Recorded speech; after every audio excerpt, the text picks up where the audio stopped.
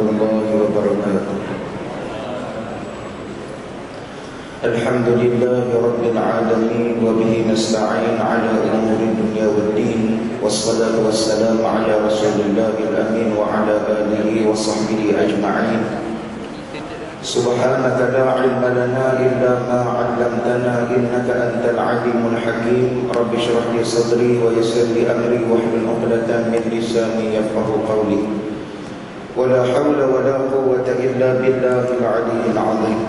Yang dihormati Tuan Pengerusi, dimuliakan barisan imam muslimin dan muslimah, mudah-mudahan dirahmati lagi dikasihi oleh Allah Azza wa Jalla. Yang pertama dan selama-lamanya, marilah sama-sama kita merafa'kan setinggi-tinggi rasa syukur kita kehadrat Allah Azza wa Jalla, kerana kita dapat bersama-sama lagi pada petang ni bagi kita membacakan hadis yang seterusnya, iaitulah hadis yang kelima, menggunakan kitab 50 hadis menceritakan dunia akhir zaman. Kata Nabi sallallahu alaihi wa alihi wa sahbihi wasallam, an Hudzaifah bin al-Yaman radhiyallahu anhu qala, haddatsana Rasulullah sallallahu alaihi wasallam hadithaini qad ra'aitu ahadahuma wa ana antadhiru al-akhar. Haddatsana anna al-amanah nazalat fi jadril qulubi ar-rijal, thumma nazala al-Qur'an fa'alimu min al-Qur'an wa 'alimu min as-sunnah. Thumma haddatsana 'an raf'il amanah faqala yanamu ar-rajulu an-nawm fayuqbadu al-amanah min qalbihi fayadhallu athruha مثل الوقت ثم ينام النومة فتقبض الأمانة من قلبه فيظل أثرها مثل أثر المجل كجمر دحرجته على رجلك فنفيط فتره منتبرا وليس فيه شيء ثم أخذ حصاة فدرجها على رجله فيصبح الناس يتبايعون فلا يكاد أحد يؤدي الأمانة حتى يقال إن في بني فلان رجلا أمينا حتى يقال للرجل ما أجلده ما أظفره ما أعقله أو كما قال النبي صلى الله عليه وآله وصحبه وسلم. Baik, daripada Hudzaifah bin al-Yaman radhiyallahu anhu telah berkata ia akan Nabi sallallahu alaihi wa alihi wa sahbihi wasallam, dia kata haddatsana Rasul sallallahu alaihi wasallam haditsaini. Nabi sallallahu alaihi wa alihi wa sahbihi wasallam telah menceritakan dua buah hadis, kata Hudzaifah al-Yaman, qad ra'aitu ahadahuma wa ana antadhiru al-akhar. Dia kata bahwasanya yang salah satunya sudah saya lihat, sedangkan salah satu lagi sedang saya nantikan. Dia kata ada dua perkara yang telah diriwayatkan, yang telah dikhabarkan oleh Nabi sallallahu alaihi wa alihi wasallam. Yang satu dia telah pun berlaku, yang satu lagi masih lagi menunggu saat untuk berlaku. Maka baginda menceritakan bahawa amanah itu turun ke dalam hati orang-orang yang tertentu.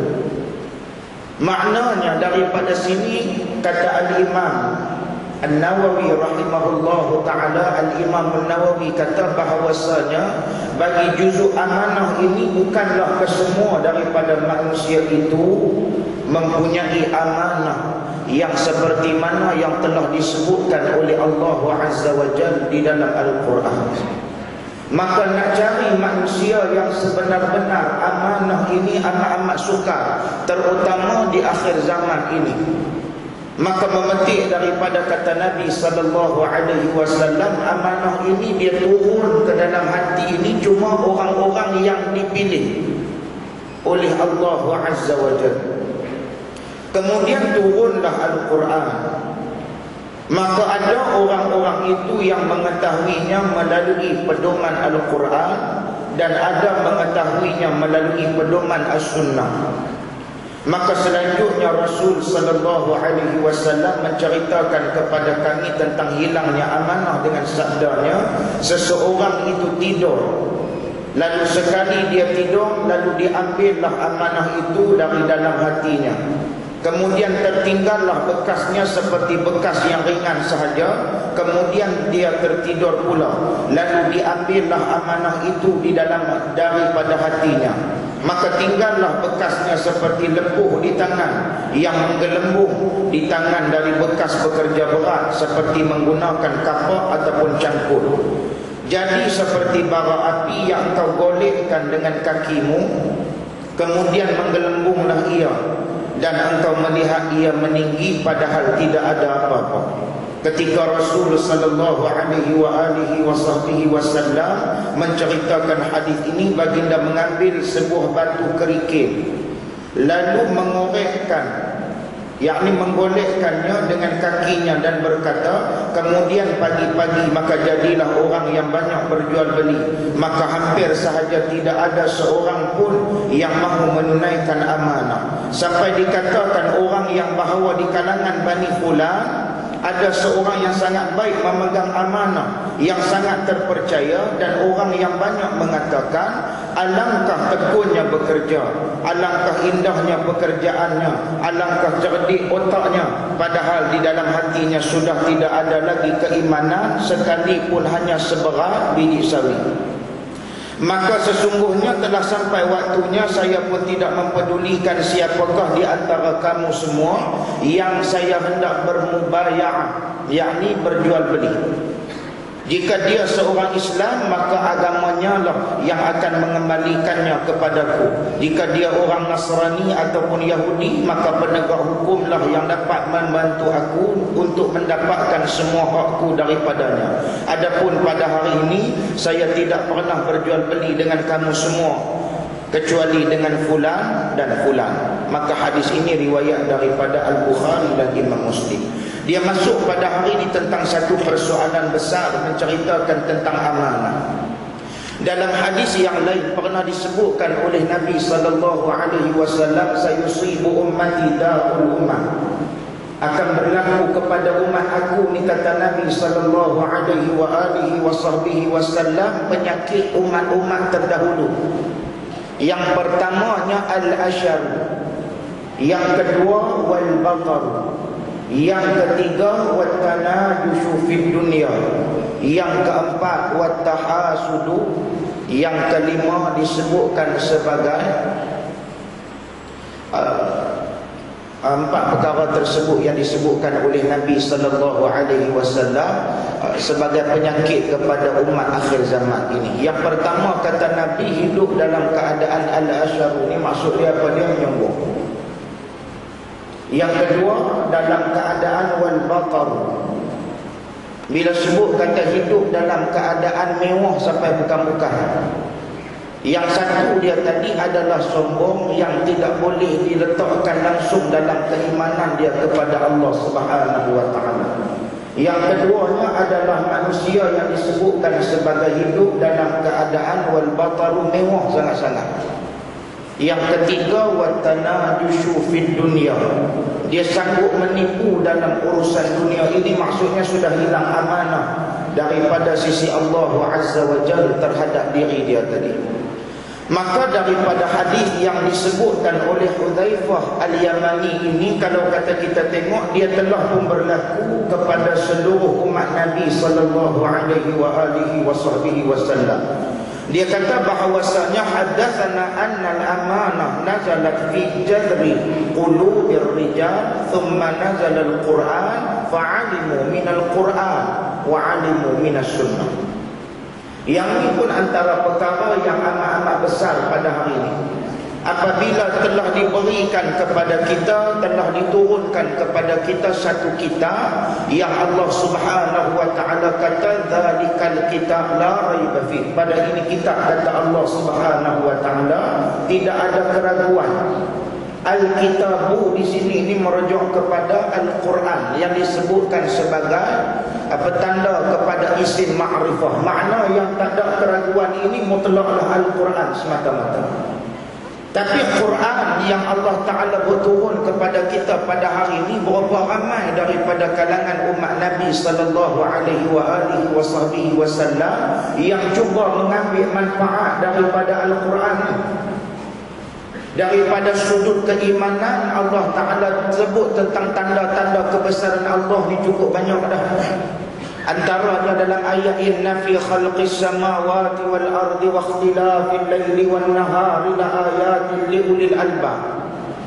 Kemudian dalam ayat yang lain lagi Allah Ta'ala tanya afala yanzuruna ilal ibili kaifa khuliqat wa ilas samai kaifa rufi'at wa ilal jibali kaifa nusibat wa ilal ardi kaifa sutihat. Allah Ta'ala duk tanya tu berulang kali. Hak mula tu Tuhan tanya dalam surah Ali Imran juzuk yang keempat, yang kedua ni dalam surah yang disebutkan sebelum daripada juzuk yang kita duk baca hal ataka hadithul ghashiyah ataupun nama dia surah Al-Ghashiyah. Bila sebut kata kita baca dalam surah tu tadi tu dalam juzuk yang ke-30 Allah Ta'ala tanya sesiap dah kepada diri kita ni. Yang kita tadi ya Allah Ta'ala berikan pemikiran, daya berfikir yang tinggi, berapa ramai daripada kalangan kita yang termasuk dalam kumpulan ulul albab ni tadi. Nak boleh duduk dalam kumpulan ulul albab ini antaranya mesti kena ingat kepada Allah Subhanahu wa Ta'ala. Ingat ni mari daripada perkataan zakara yadhkuru dzikra. Bila sebut kata ingat ni allazina yadhkuruna Allah qiyaman wa qu'udan wa 'ala junubihim kata Allah wa yatafakkaruna fi khalqis samawati wal ard rabbana ma khalaqta hadza batilan subhanaka faqina 'adzabannar. Maka bila sebut tentang persoalan amanah ini, amanah yang paling besar adalah amanah Al-Quran. Tapi amanah Al-Quran ini tak akan boleh dilaksanakan selagi mana amanah pada diri itu adalah tidak terdapat pada diri kita. Macam mana dalam persoalan yang disebutkan sebagai amanah ini ataupun sebagai satu pengiktirafan Nabi sallallahu alaihi wasallam disuruh kita tengok kepada dua ciri. Innal khaira man istajarta al-qawiyul amin. Syarat nak bagi amanah ni kepada pemegang amanah tersebut, dia kena tengok kepada dua syarat. Yang pertama al-qawiyul amin. Kalau kata dia qawi saja, tiba-tiba dia tadi tidak ada amanah, maka dia akan menipu rakyat dia. Tapi kalau kata dia tadi tidak ada yang disebutkan sebagai qawi, tidak ada kekuatan, tidak ada kemampuan, tetapi dia ada amanah, maka dia akan ditipu oleh rakyat dia. Hak mula tadi dia menipu rakyat dia, yang nombor dua ni pula rakyat pula menipu dia. Maka sebab tu innal khaira man istajarta al-qawiyul amin kata Nabi sallallahu alaihi wasallam. Maka dalam Quran Allah Ta'ala beritahu siap dah innallaha ya'murukum an tu'addul amanati ila ahliha. Amanah ini mesti diberikan kepada ahli dia kata Allah Azza wa Jalla.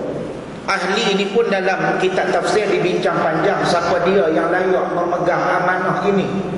Antara orang yang dekat dengan Nabi sallallahu alaihi wasallam yang Nabi sendiri tak bagi jawatan apa-apa dekat dia adalah Abu Dzar Al-Ghifari. Abu Dzar ni orang kanan Nabi sallallahu alaihi wasallam, tapi Nabi tak beri, walaupun Abu Dzar lebih amanah berbanding dengan Khalid Al-Walid. Tetapi Khalid diberikan, walaupun Khalid ni dia biasa buat beberapa perkara yang mana mengundang kemarahan daripada Nabi sallallahu alaihi wasallam, yang sampai Nabi kata kepada Allah Taala, ya Allah, aku berlepas diri daripada dosa yang dilakukan oleh Khalid Al-Walid. Sebab tu kalau kata kita lihat Khalid ni waktu dia jadi panglima dalam perang pun cuma dua sesi pemerintahan. Yang pertama pemerintahan Nabi SAW, sebab Nabi dia pegang kepada konsep Al-Qawiyul Amin tadi. Sebab dia kena tengok tempat mana kita nak bubuh ni. Kalau kata tuan-tuan nak bubuh dalam masjid, dia kena ada orang yang amanah dan juga berkemahiran. Sama juga nak bubuh dalam pentadbiran kerajaan pun, dia mesti kena ada orang yang amanah dan juga orang yang berkemahiran. Tuan-tuan ambil orang yang tak kena bubuh dalam masjid ni, suruh dia jadi imam, lentang pukang imam. Nah, sebab amanah mesti kena ada. Satu memanglah amanah, tetapi kebolehan dia untuk nak memimpin salat jamaah. Tentu ingat senang nak duduk kat depan ni. Tak kena gaya dia pecah peluh mangkuih walaupun dia pakai jubah dia. Tapi bukan orang di sini lah, di Afrika ni. Kan? Sebab nak duduk tempat ni nak jadi pemimpin. Kita nak jadi pemimpin, kita nak pimpin satu pasukan. Nak menghadap bukan takat raja di dunia, tapi raja itu adalah raja dunia dan juga akhirat Allah Azza wa Jalla. Maka sebab tu kena lantik Al-Qawiyul Amin, kena lantik yang tu dulu. Maka sebab tu Nabi SAW, walaupun dia tak berapa setuju dengan Khalid dalam bab-bab yang tertentu, antaranya duk pergi bunuh tawanan-tawanan perang suka-suka, sampai terlampau cepat sangat pergi bunuh, sampai Nabi biasa angkat tangan, Nabi minta pelepas diri daripada Allah Subhanahu wa ta'ala, bahawasanya dosa yang dibuat oleh Khalid ini aku minta pelepas diri ya Allah. Pasal apa? Pasal benda ni satu benda yang besar. Maka naik Abu Bakar As-Siddiq. Pada waktu tu Umar dia bagi hina. Umar ni nama dia Umar Al-Khattab. Orang dengar nama pun orang turun. Bukan dia Umar Rajab. Umar Rajab siapa? Minta turun ni Umar Al-Khattab. Garang dia. Dia tegas. Waktu Abu Bakar As-Siddiq menjadi pemerintah pun, dia suruh Abu Bakar buat satu surat hantar kepada Khalid, supaya Khalid tadi memberikan ghanimah kepada Abu Bakar, dan Abu Bakar yang uruskan benda tu tadi. Tiba-tiba perkara ini tak mau diikuti oleh siapa? Oleh Khalid Al-Walid. Dia tak mau. Dia kata, kalau kata hampa mau, hampa ikut aku. Aku tak mau sorak sagi mai, sagi balik, sat lagi mai, sat lagi balik, 2-3 kali kerja. Tak mau. Biar aku yang uruskan ghanimah, aku yang uruskan harta rampasan perang ni tadi. Maka sebab tu kalau kata kita tengok naik-naik Sayyidina Umar jadi pemerintah, maka perkara mula yang dia buat ni, perkara mula ni, antara perkara awal yang dibuat oleh Sayyidina Umar bin Al-Khattab radhiyallahu ta'ala anhu adalah memecah Khalid Al-Walid, dan diangkatlah Sayyidina Abu Ubaidah Al-Jarrah. Abu Ubaidah ni antara yang sangat diminati oleh Khalid Al-Walid, sebab dia biasa kata kepada para sahabat, dia pernah kata satu kalam, hampa ni aku nak tanya ke hampa kalau kata apa dia cita-cita hampa di dunia. Dia kata, ada yang kata sahabat yang kata, ish ya Amirul Mukminin, kalau kata aku ni dapat rumah lah, kata rumah sebesar istana tu, yang dalam rumah tu tadi penuh mah, aku mesti buat apa? Aku mesti ambil semua harta aku tadi, aku sedekahkan kepada jalan Allah Subhanahu wa ta'ala. Nampak kata punya sungguh-sungguh depa ni dengan agama Islam ni. Seorang pula lagi kata, kami akan buat amal ibadah bersungguh-sungguh kerana Allah Subhanahu wa ta'ala. Tapi jawab Sayyidina Umar, kalau kata akulah, aku mau satu perkara, law kuntu mutamanniyan, aku mau satu perkara saja, iaitulah kalau kata rumah ni dipenuhi oleh siapa? Oleh Abu Ubaidah Al-Jarrah. Dalam satu riwayat yang lain disebutkan sebagai Mu'adz ibn Jabal. Maksudnya apa dia? Dia nak gambarkan bahawasanya pemuda yang pegang amanah, yang layak memegang amanah di akhir zaman ini bagi Sayyidina Umar adalah Abu Ubaidah Al-Jarrah. Sebab nak cari orang yang betul-betul ada amanah ini amat-amat sukar. Maka sebab tu daripada ayat Quran ini pernah disebutkan oleh Abdullah bin Abbas radhiyallahu anhuma dalam menghuraikan makna innallaha ya'murukum an tu'addul amanati ila ahliha. Syarat kamu nak berikan amanah itu tadi, kamu jangan cari kepada orang mengikut daripada juzuk keturunan. Umar antara yang dia tak berapa setuju dengan Khalid Al-Walid ini adalah berkaitan dengan pembunuhan Malik bin Urwah yang menjadi masalah besar kepada pokok Syiah. Ini antara perkara yang besar kalau kata kita korek balik cerita Khalid Al-Walid ini. Abu Ubaidah Al-Jarrah, dia meninggal dengan sebab penyakit ta'un, dan kalau kata kita pergi kubur dia sampai hari ini masih lagi berada di Jordan, berhampiran dengan Mu'tah. Ada satu masjid nama dia Abu Ubaidah Al-Jarrah. Maka sebab tu kalau kata kita lihat, dia ni tadi meninggal dengan sebab wabak, dengan penyakit ta'un tadi. Khalid walaupun dia pi dalam medan perang, apa peperangan yang dia tak pi, semua dia pi belakang.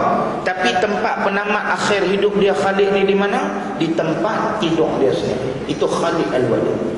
Maka saya nak bicara pada petang ni berkaitan dengan konsep amanah itu sendiri. Dia bagi contoh dalam hadis Nabi SAW ini tentang kedudukan orang yang berjual beli dalam keadaan tidak ada amanah, sanggup menipu untuk urusan dunia ni tadi. Dan kita pula, orang kita ni pula cukup suka lah bab-bab merapu merepek tu. Dia pun sanggup jual nama agama tadi untuk mendapatkan keuntungan dunia. Macam hari tu ni jadi isu apa nama, ayam celup rambut Nabi. Tentang tak ni? Kan orang kita dia sejurus dulu kan, apa saja kira ruqyah 30 juzuk saja. Minyak rambut, lepas pada tu apa nama, yang tak keluar pun martabak saya tunggu juga. Kok Kentucky yang 30 juzuk ke apa ke, tak keluar aja lah.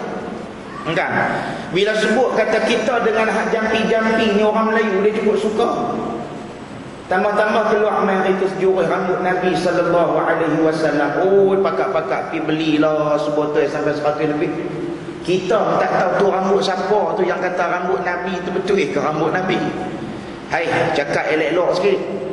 Ni kalau kata hang gunting tu tadi, dia panjang balik. Lagu tu lah rambut Nabi. Rambut Nabi ni beza, dia hidup tak macam rambut kita. Iyalah masalah dia, depa tak potong lagi. Saya pun nak tunggu kok depa nak buat demonstrasi dalam TV 3 ke apa, kok depa nak pegang, depa nak kerak tu, tak kerak-kerak pun. Kan? Pasal orang kita ni dalam bab menipu dalam urusan dunia hari ni, siapa dia? Yang duk menipu ni orang hak bawa nama-nama agama lah. Yang buka syarikat umrah je nak menipu kok ni. Buka syarikat umrah, nama tu Haji nombor tu. Tak tahu haji apa, tak tahu. Orang berkeluar duit nak pergi umrah ni tadi, Allah, ikat perut tak makan, pergi bagi-bagi dekat dia, tengok-tengok menipu dalam urusan dunia. Siapa duk menipu? Bukan dekat makan minum todi. Kalau mata je nenek leretu kira duk leretu tak apalah. Kira mata putih naik kata, tak apa. Ni cerita dia hak mata duk elok ni. Buh kepiah pula atas kepala ni pula, duk bawa nama agama. Ayat tu yang saya paling geram tu. Buka syarikat umrah menipu. Bila kata sampai orang di KLIA, tak tahu nak pergi cari siapa, kapal terbang, tak ada hari itu punya jadual. Kita menipu, baru ni 2-3 orang pelajar saya kenal. Sebelum daripada Ramadan, satu syarikat di Kuala Lumpur. Apa kita ni yang duk buat hari ni orang sampai orang dah tak percaya dah kepada harta orang hak pakai kepiah sekalipun orang dah tak percaya dah. Ayam ni pasal amanah ni kita tak letak dalam diri kita tadi ni. Sebab tu amanah yang paling besar, amanah pada diri sendiri untuk membawa diri ketaatan kepada Allah Subhanahu wa taala. Maka sebab itulah dalam persoalan kita pada hari ini yang duk buka syarikat umrah, yang duk rajin nipu, hak tak nipu, tak apa ni cerita dia hak duk rajin nipu ni. Bila kata orang sampai-sampai tengok-tengok dia tak ada, nak buat apa ni? Teriak ayat mata darah, tuan-tuan. Dah tumbang lembu dah di Pertamindah ni. Pipi di KLIA pucat muka-muka, siapa minta tak? Maka tuan-tuan nak buat lagu mana? Saya pesan elok-elok nak. Kalau kata jadi dekat tuan-tuan, jangan balik mai di sini. Kalau kata balik sekejap lagi, memang nanti kena paku 3 suku mautnya doa dah. Kan orang nanti taruh betul-betul pemohong punya orang. Padahal dia bukan mohong, dia memang nak pergi sungguh. Tiba-tiba orang tipu dia. Tuan-tuan pergi duduk di cokit barang 2 minggu. Sewa di cokit. Sewa di cokit jangan duk turun lagi kau jumpa dengan orang kampung apa cerita payah kan. Tuan-tuan pergi duduk dalam cokit tu, duduk orang elok-elok. Dekat lagi 2-3 hari nak balik tu, pergi singgah di Maidin. Maidin ni apa tak ada tuan-tuan, semua ada. Kurma ada, kacang cerdik ada, kacang bodoh ada, semua ada. Kepiah ni hak mana yang mereka duk bagi kat kita tu, semua tu boleh kata hak Maidin punya. Kan? Pergi beli di Mekah, made in China. Pasal Saudi dia tak pakai kepiah hak kita duk pakai ni.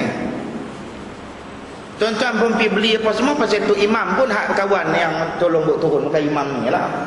Lihat mereka ni, kawan punya duk berbuih baca doa dah. Hak kawan Tok Bilal pun kata tak boleh apa boleh barang jubah selai pun jadilah. Sambil duk bang. Kita pun balik-balik, mereka pun main tengok. Mereka kata ni tak ada apa, jubah apa kan? Ada. Lambuk dah ada lembek. Dia pun buat pula kepiah hak besar tu kan. Kita pun kata, weh pakai apa kemas elok. Tengok-tengok Maidin. Ni Maidin ni. Di sana pun baru buka dekat Jeddah tepi pantai tu. Kawan ni pergi tahun 85. Duk kena murung sedia. Kan? Sebab tu kita pada hari ni lah, kalau kata dah jadi terlibat dengan lagu tu tuan-tuan Allah. Dan saya nak ingatkan lah, kalau kata umrah ni murah sangat, murung lah. Tuan-tuan di sini pun ramai orang yang buat umrah apa semua. Tuan-tuan cuba tanya, kalau kata sampai 3,000 lebih tu murung sungguh. Kita ni kalau kata ada hak 1,800 yang tu kita nak pergi tu, naik kapal terbang di sini, turun balik sana Bangkok, jalan kaki pergi Mekah, tak apa. Pasal apa? Pasal cerita dia murah. Tu orang kita tu. Kalau kata mahal ni cerita dia, tak usah pergi lah. Mahal ni cerita dia. Tapi bila kata murah, tanya pula hotel, awak tu hotel ni jauh sangat, tak larat nak jalan. Nasib baik orang tak suruh tidur bawah jambatan pun kira besar rahmat dah. Bila sebut tentang persoalan amanah pada hari ini, orang yang paling tak ada amanah sekali apabila dia menjalankan perniagaan dia. Ini masalah. Niaga kuih serupa, niaga apa serupa. Baru ni saya beli apa nama pulut seri muka. Tahu pulut seri muka? Pulut seri muka tu, kalau kata orang hak pandai buat, kepala dia nanti jadi keras elok, dia berdiri macam lagu Negaraku tu. Yang tu baru sedap. Ni kita pergi beli tu, kepala hak hijau tu sampai duk ketak aku tu dah. Macam penyakit Parkinson ni. Kita kata ni haji tak jadi ikut ni, kuih ni lembek sangat dah ni, takut lagi tak dan sampai rumah, dia nanti luruh tengah jalan. Saya duk gerantang dia punya bengkang apa nama, bengkang gandum dia tu. Bengkang gandum ni saya tak tahu dia bancuh dengan tepung ke, bancuh dengan simen ke, punya tapi bukan di pasar Ramadan Masjid Bertaindah lah, ni masjid di Afrika ni. Punya keras. Saya duduk ni angin dah, balik-balik pergi rumah suar kat isteri. Masa tu tak Ramadan lagi lah. Masa tu tak Ramadan lagi. Suar-suar kat isteri tu, 2 jenis kuih ni. Tiba-tiba dia buat main 3 piring. Saya kata awak buat main sampai 3 piring, 2 kuih saja. Dia kata hak kepala hijau tu satu, hak pulut tu satu, hak bengkang gandum satu. Saya kata subhanallah. Jadi kerja aku pula hari ni, cubit hak apa nama pulut, cedok pula hak hijau. Macam makan cendol dah hari ni. Duk isuk tu saya pergi, memang dia sakit tok lebay tu. Kan saya pun mulut boleh gagah juga kan. Saya kata ni Pak Haji, semalam saya tak mau ambil kuih ni kan, Pak Haji nak jual juga kan. Ni kuih ni lembek ketak macam kepala-kepala, macam kepala Pak Haji kan. Siapa buat kuih ni? Ustaz jangan marah kat saya, bukan saya buat. Habis tu siapa dia? Ni janda di hujung taman kita tu.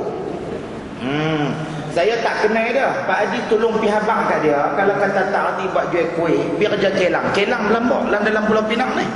Kalau kata dia buat pun duk ngesah teka orang, buat dosa kan. Pasal orang bayar. Lepas pada seminggu saya lalu tu, dia panggil Ustaz. Hui. Dia panggil betul.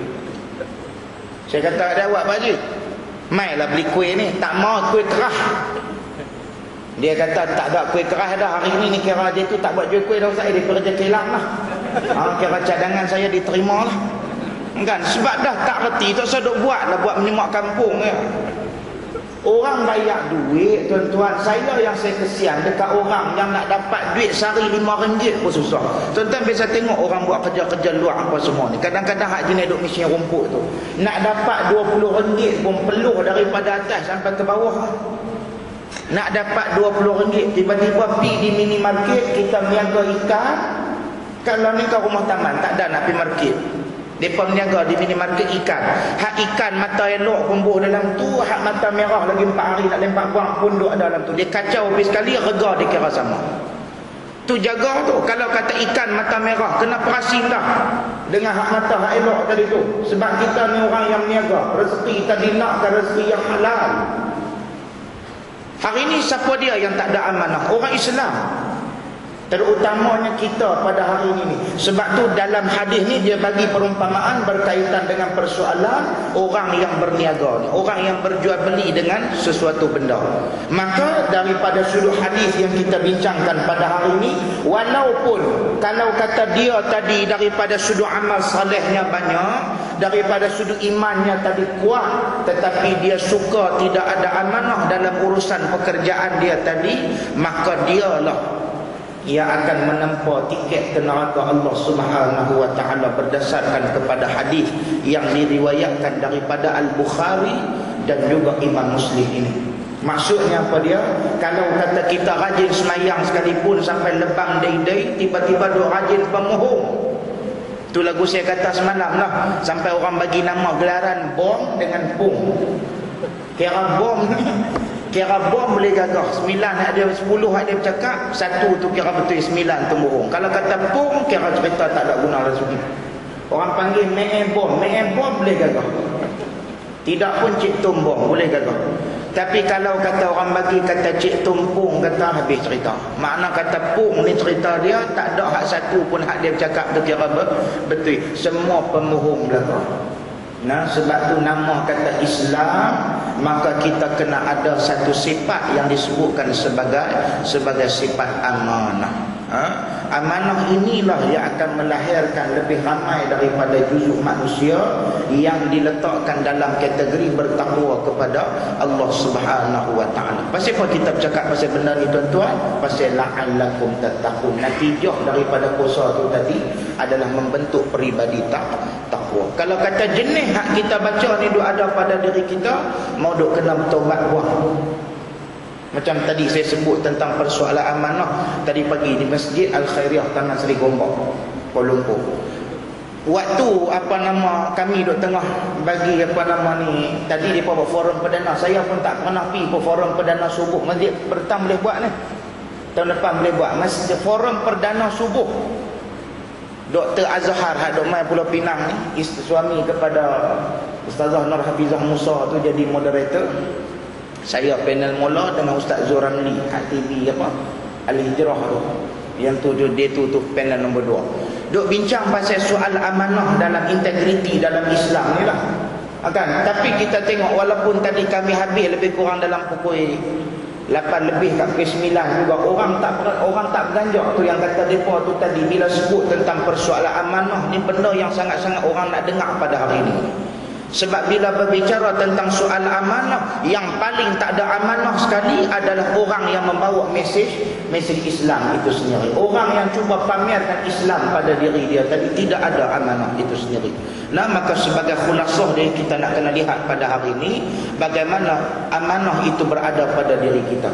Kadang-kadang orang bayar gaji kita 85, kita cahaya lok, kita cilok, kita ganti tak balik waktu kerja kita tadi.